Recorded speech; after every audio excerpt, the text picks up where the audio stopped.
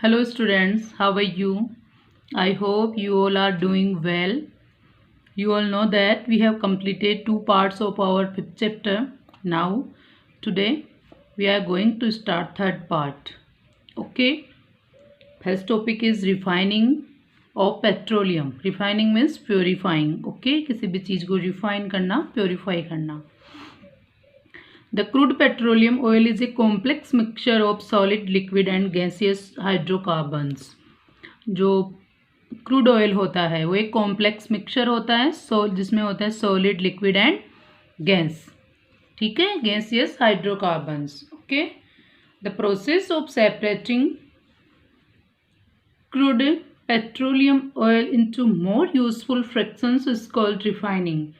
वह प्रोसेस जिसके द्वारा क्रूड ऑयल से विभिन्न इंपॉर्टेंट जो फ्रैक्शंस होते हैं उनको अलग अलग किया जाता है, वह प्रोसेस ही कहलाती है क्या? Refining. Understood? The separation of petroleum into different fractions is done by the process of fractional distillation. Okay, first the refining of petroleum is carried out is an oil refinery. Okay, the crude petroleum oil extract from oil wells. Extract कर लिया जाता है oil well से, means निकाल लिया जाता है पहले क्रूड ऑयल को. Is taken to the oil refinery, refine through pipes. Oil refineries में उसको पाइप्स के द्वारा ले जाया जाता है. In the oil refinery crude petroleum oil is refined into different useful fractions. वहाँ पे उसको अलग अलग यूजफुल फ्रैक्शंस में सेपरेट कर दिया जाता है. Okay, the separation of petroleum into different fractions is done by the process of fractional distillation. ये कौन सी प्रोसेस के द्वारा सेपरेट किया जाता है? Fractional distillation. Let's see what is fractional distillation. It is a process in which fractions of petroleum having different boiling points ranges are collected separately. Means उसमें जितने भी फ्रैक्शंस होते हैं या सब्सटेंस होते हैं उनको उनके बॉइलिंग पॉइंट के अकॉर्डिंग सेपरेट कर लिया जाता है. The various useful fractions obtain by the refining of petroleum are petroleum gas, petrol, kerosene, diesel, lubricating oil, paraffin wax and bitumen. ये सारे फ्रैक्शंस है जो में हमें क्रूड पेट्रोलियम ऑयल से ऑब्टेन होते हैं, या क्रूड पेट्रोलियम ऑयल से ये सारे फ्रैक्शंस ऑब्टेन किया जाता है. ऑयल रिफाइनरीज में इनको फ्रैक्शनल डिस्टिलेशन के द्वारा से अलग अलग सेपरेट कर लिया जाता है. मीन्स जो क्रूड ऑयल होता है वो इन सब चीज़ों का मिश्रण होता है. Okay, understood everybody? The various fractions of petroleum and their uses. जो वेरियस फ्रैक्शंस के बारे में हमने अभी डिस्कस किया, हम उनके बारे में और उनके यूजेस के बारे में आगे डिस्कस करेंगे. Okay, let's discuss about petroleum gas. It is used as a fuel in homes and industries. ये एक फ्यूल के रूप में यूज़ किया जाता है. कहाँ? होम्स और इंडस्ट्रीज में. It is used as a fuel as such और in the form of LPG means liquefied petroleum gas. ये एज इट इज़ भी यूज़ किया जाता है और LPG की फॉर्म में भी इसका यूज़ किया जाता है. Okay,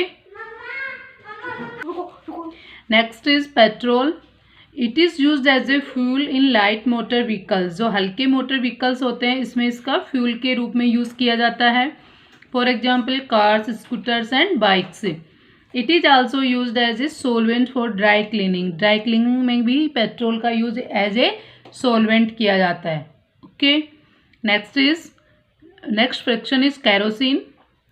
it is used as a fuel in wick stoves and pressure stoves to cook food. इसका जो बत्ती वाले स्टोव्स होते हैं उनमें और जो प्रेशर स्टोव होते हैं उनमें भोजन पकाने के लिए इसका यूज़ किया जाता है. It is also used in lanterns for lightning purposes. Sorry, light के पर्पज से भी केरोसिन का यूज़ किया जाता है. मीन्स लाइट के लिए भी इसका यूज़ करते हैं फ्यूल के साथ साथ. A special grade of kerosene oil is used as aviation fuel in jet aeroplanes. एक स्पेशल ग्रेड का जो केरोसिन होता है उसका यूज़ किया जाता है एविएशन फ्यूल के रूप में इन जेट एरोप्लेन्स में, विमान उड़ाने के लिए या विमान चलाने के लिए एज ए विमानन fuel. Okay, understood everybody. Now let's discuss about diesel. It is used as a fuel in heavy motor vehicles. Diesel का यूज़ हैवी मोटर व्हीकल्स में किया जाता है. For example buses, trucks, tractors and trains. ये जो बड़े जो vehicles होते हैं उनमें यूज़ डीजल का किया जाता है for as a fuel.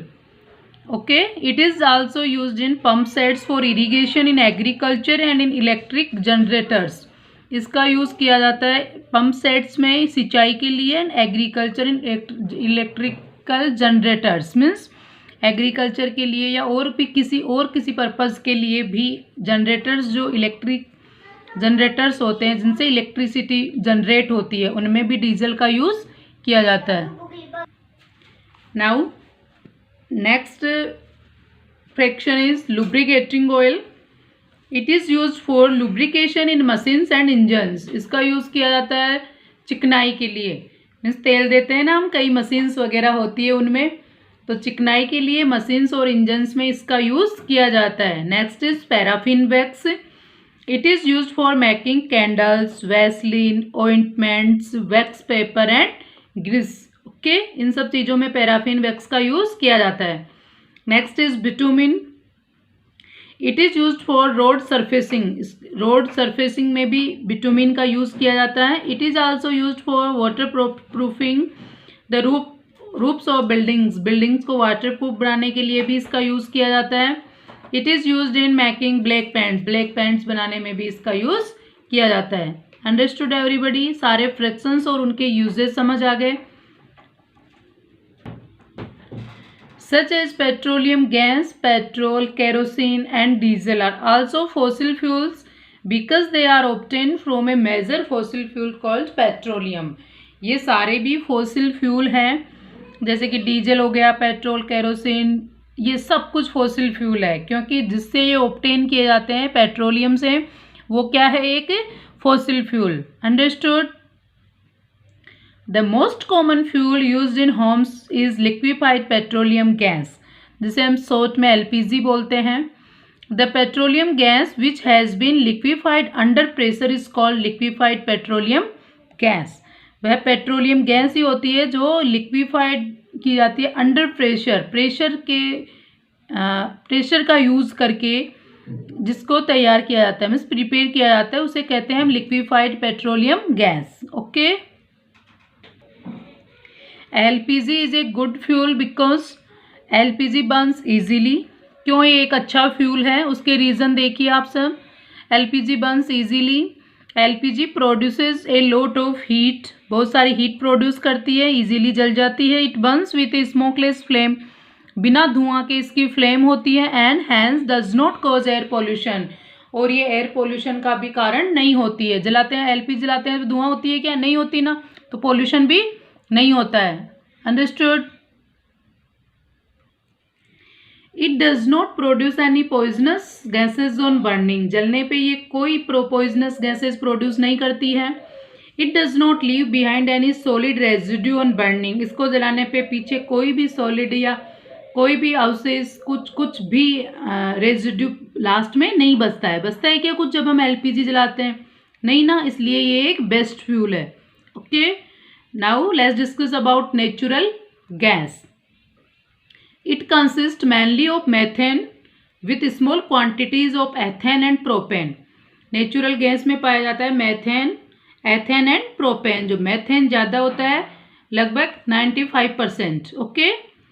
It contains about 95% methane, the remaining being ethane and propane. Okay? Now occurrence of natural gas. Natural gas occurs deep under the crust of earth, either alone or along with oil above the petroleum deposits. ये बहुत नीचे deep under the earth crust अंदर पाई जाती है, बहुत गहराई में, या तो अकेली भी पाई जाती है और किसके साथ भी पाई जाती है, ऑयल के साथ भी. ओके. अलोन और अलोंग विथ ऑयल, अकेली भी और ऑयल के साथ भी ये पाई जाती है. अबोव द पेट्रोलियम डिपॉजिट, जहाँ पेट्रोल डिपॉजिट होता है, उसके ऊपर भी ये पाई जाती है। Next, formation process. Okay, how it was formed. Natural gas is formed under the earth by the decomposition of vegetable matter lying under the water. कैसे बनी नेचुरल गैस? जो डिकम्पोजिशन हुए, सड़ गए, मीन्स सड़ गए वेजिटेबल मैटर जो पानी के नीचे दब गए थे। This composition is carried out by anaerobic bacteria in the absence of air. Absence of air में सड़ा दिए गए एनेरोबिक बैक्टीरिया द्वारा। ठीक है, just like coal and petroleum. किसकी तरह? कोल और पेट्रोलियम की तरह। एनेरोबिक बैक्टीरिया समझते हो, जिनको रहने के लिए या मतलब मीन्स रेस्पिरेशन के लिए जिनको ऑक्सीजन की आवश्यकता नहीं होती है। ठीक है, जो विदाउट ऑक्सीजन अपना जीवन जी लेते हैं। ठीक है, aerobic means with oxygen, respiration with oxygen, और एनाएरोबिक रेस्पिरेशन विदाउट ऑक्सीजन। ओके, तो वो बैक्टीरिया जिनको ऑक्सीजन की जरूरत नहीं होती, उनके द्वारा डिकम्पोजिशन हो गया इनका। When natural gas is compressed by applying pressure. जब नेचुरल गैस को कंप्रेस्ड किया जाता है प्रेशर अप्लाई करके, it is called compressed natural gas. तब ये कंप्रेस्ड नेचुरल गैस कहलाती है, जिसको शॉर्ट फॉर्म में हम बोल सकते हैं CNG। Okay, it becomes easier to store, transport and use natural gas in the form of. तब ये इजी हो जाती है स्टोर करने में, ट्रांसपोर्ट करने में।